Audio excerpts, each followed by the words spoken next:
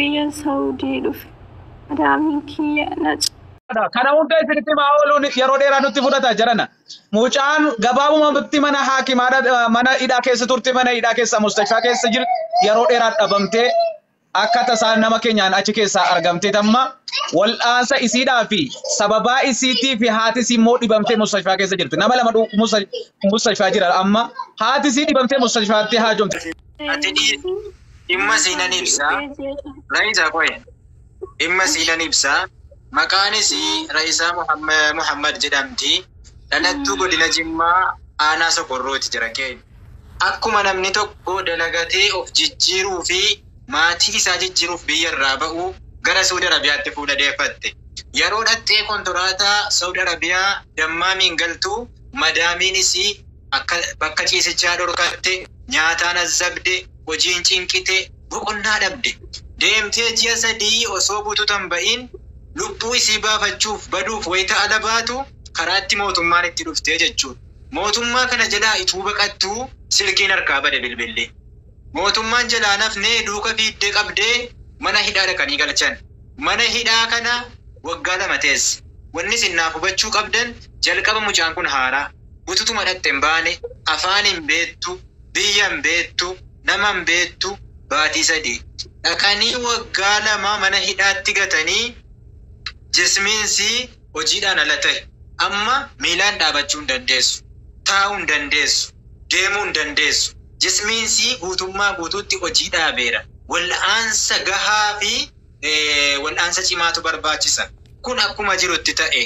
Erga waggaa 2 achitti balaaxaa irratti miillisii qaamnisii hundi shalalee fuudhanii dhaqanii mana yaalaatti gatan. Mana yaalaa kana keessa hangam turte Raisaa? Isii kana naa hubachiisittan deebi'a.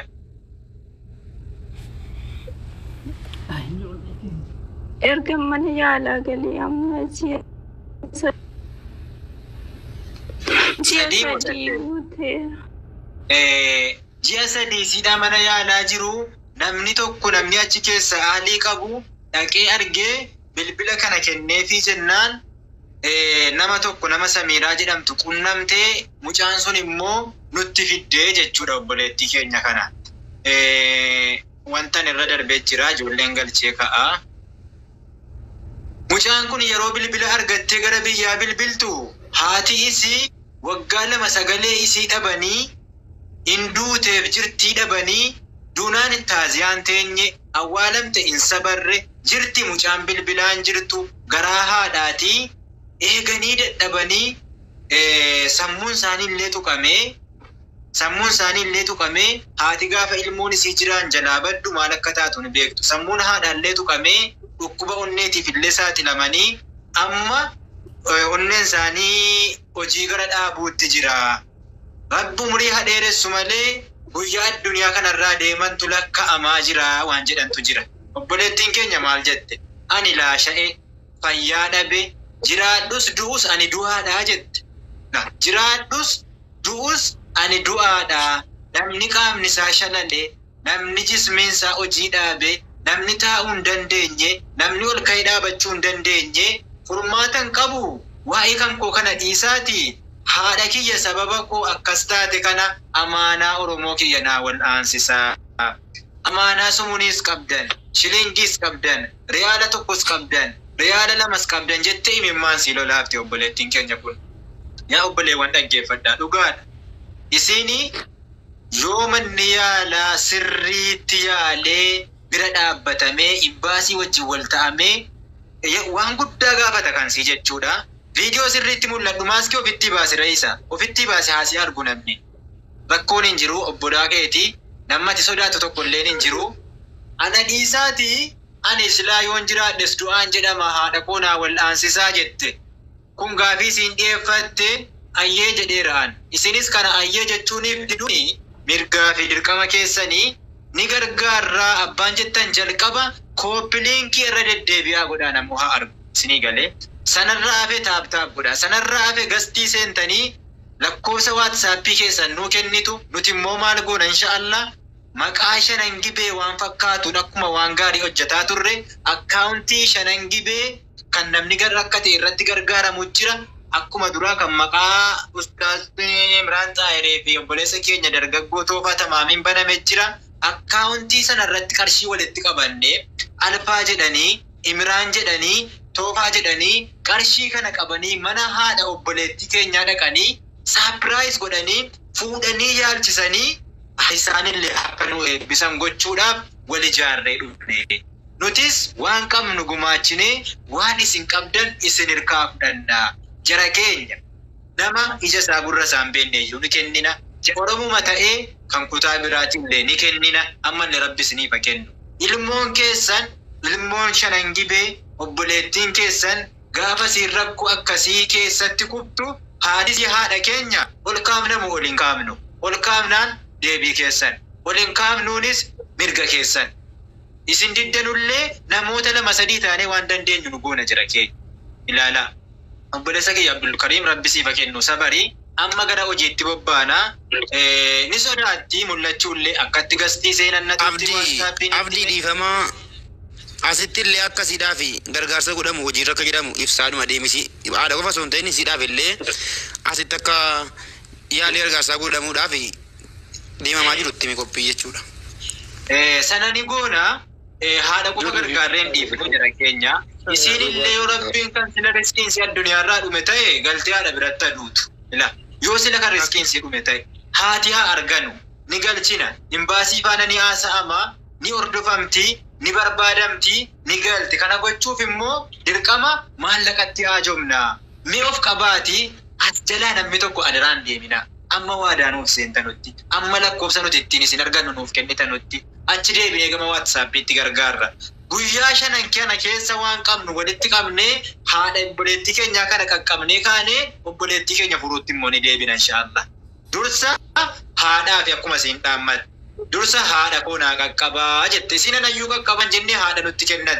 Nuti immoo haadhas bakka qubanii kaafnee isheellee obboleettii keenya akkasiin gara biyyaa galtu goona yaannan qabu kanuma yoo wanni ani irraa hambise jiraate obboleewwan kiyyatti guutu nama yaada nuu kennu miti amma nama gastii seenee ani qarshii amma nan gargaara lakkoofti WhatsApp kiyya kana jedhee gadi bu'u barbaanna yeroo keenya walirraan inshaallah akkas Roze isin seensisaa tasgabbaayi waan jettan qabdumu hojii eegallaa qalama qopheeffadhaa Nuuraddiinii Falfaan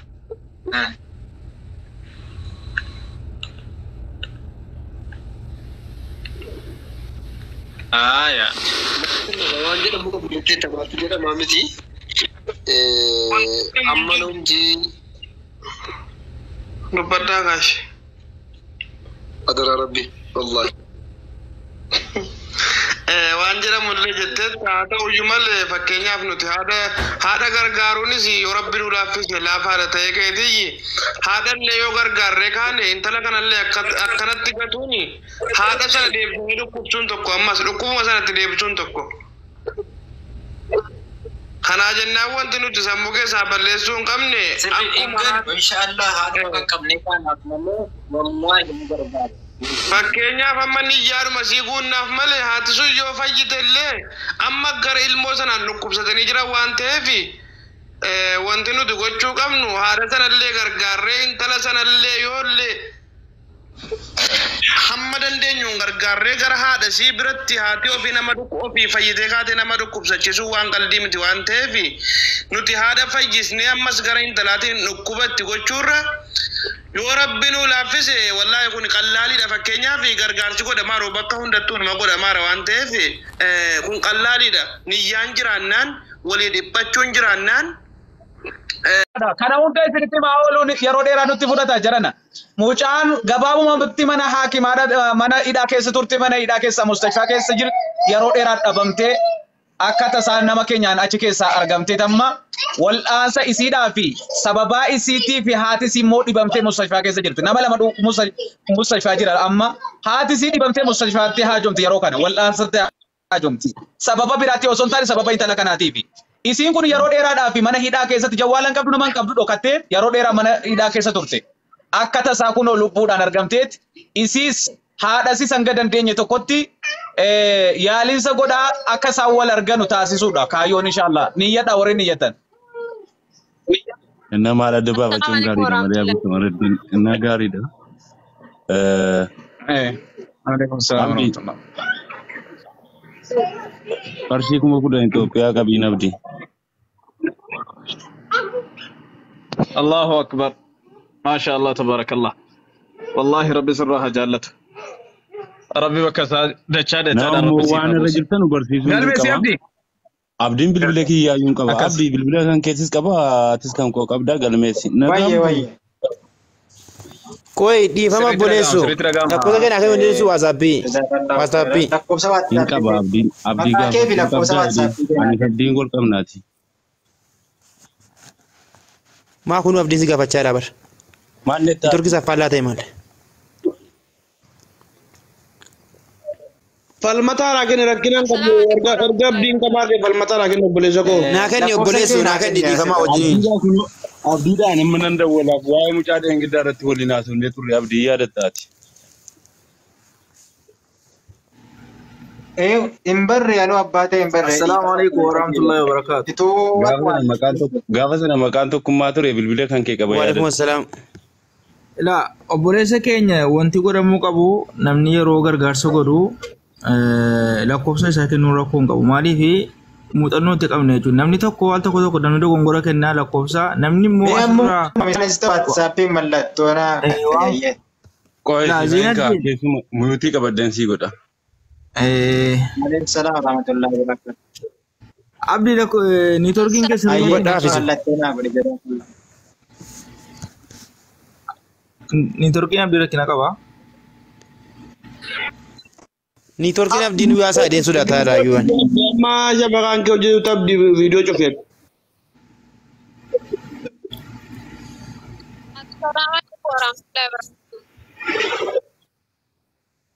waalaikum assalaam Wa alaikum assalam. Noru Jamila. Na dubbiseera obboleessina dubbiseera in kennanni jalqabnaa faayidaan taaf godhaasi. Ayyee Jamila maal jette? Bahar Inar nangargara inshallah bileti Rabbi si ayyisu magari sisne Rabba fayyisu jira. Lakkoofsa kennu kan wandeessa? Sabbi abdi qaba bakka fadheera paaspoortii wasaappii abdii qaba. Abdi. warri itti kataba ammuma yaadachiisa booddee wal yaadachuun hin jabaata. Aanaa jedhani. Okay. In bilbilinaati haa jedha yoo bilbiltan asirraa na baasa waan ta'eef anaa gareerra na galchi jedhi callisiituun.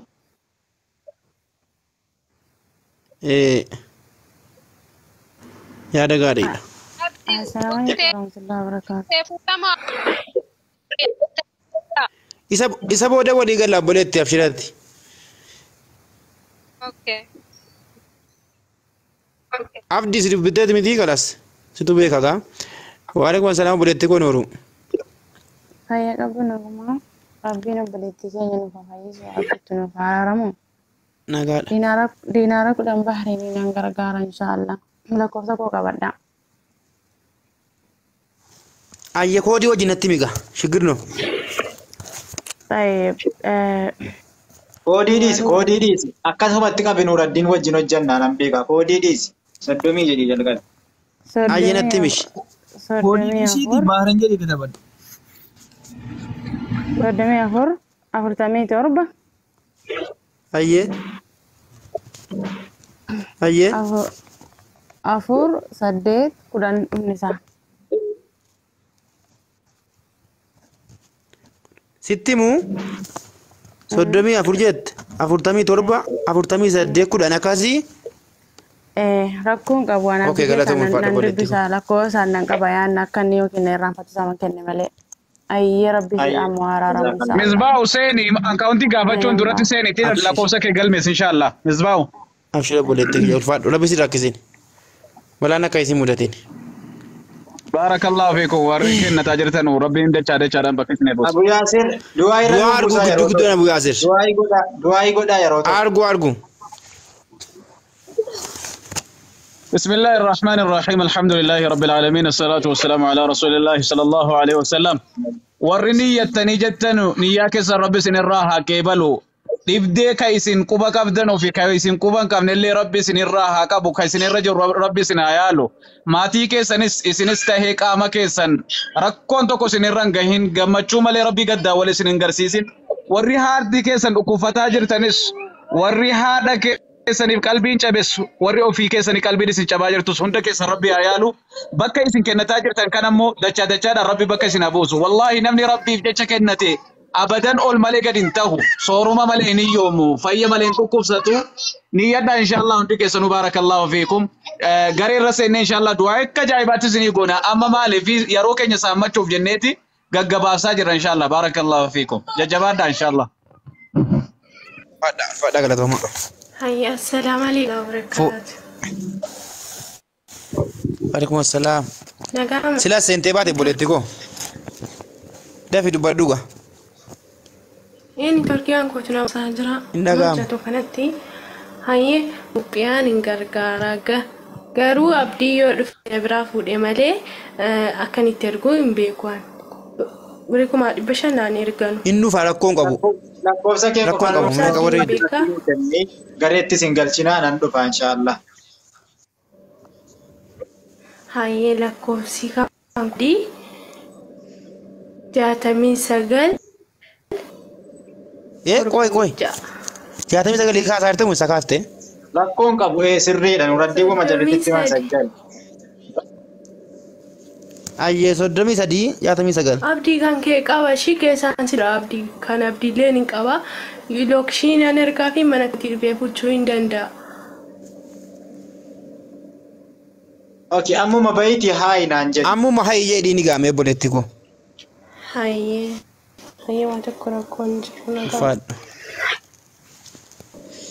جرانا وريها رادوفتن إن شاء الله شير قلتون دقتنا شريف تابتابين دقتنا. السلام عليكم. جميلة. السلام عليكم. وعليكم السلام. وعليكم السلام. ددا في دبادو أبولتكم نورو بغنا كانوفته. أن بارني كيسنجرا أبديني لكوسا سيني فنكنا بري دينارو كنا نغرغارا ada kooti fisimmoo gifiitiidhaan qabamtee sharaltee lafattaf waan ta'eef kanaaf nama gargaaruu dadhabaara du'aa akka saannaa godhan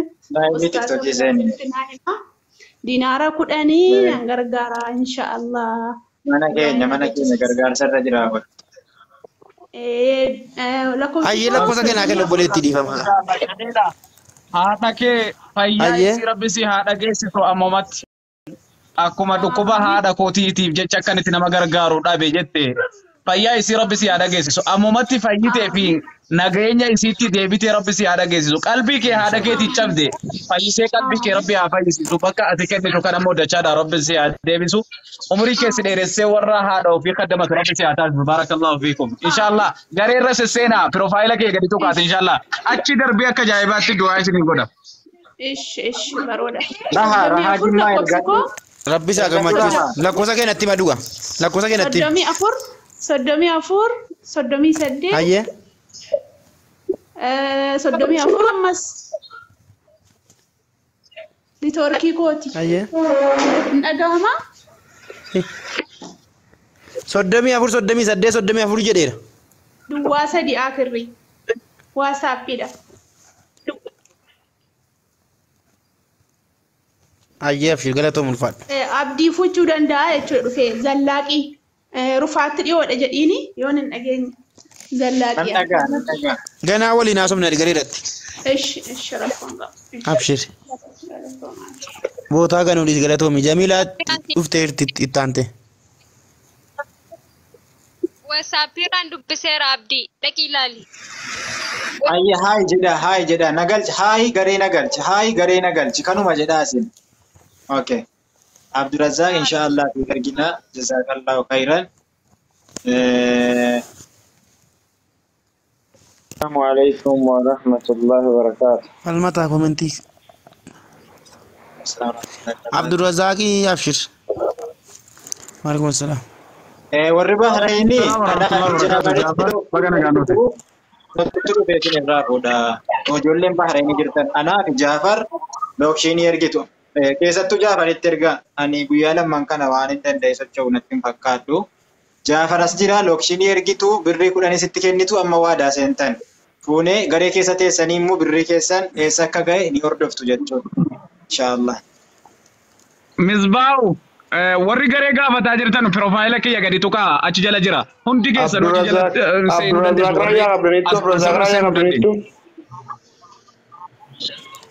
Komantii isaan agarsiisan ni barreessu malee. Abdurazak Raya kuma tokkoof dhibba tokkoof shantama birrii Itoophiyaa. Ergadhaa taa'aaf godhaa ergadhaa.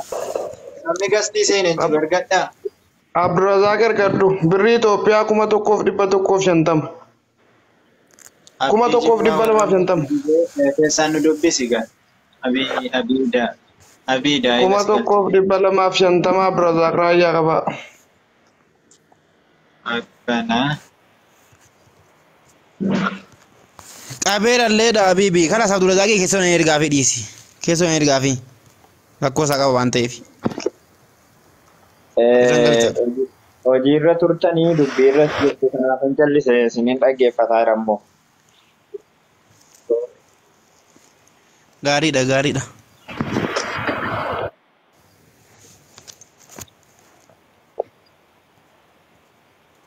Gastii ergadhaa jara keenya mucaa gargaaraa gastii ergadhaa daddafaa duwwaadha manni bakki duwwaadha.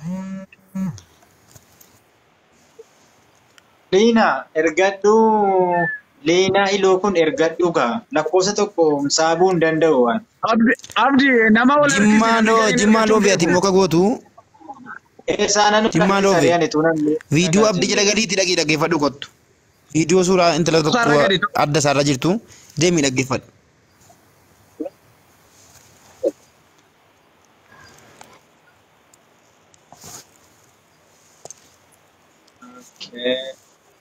Liinaa si harkiseera kottu rahaa kottu kuuwwan immoo ergadhaa isin galcheera. Saqqaas galchime. Akkana godhaa taraadhaan uuma gargaarsarraa yaada namoota kanarratti dubbataa turtan natti fakkaata waan irreef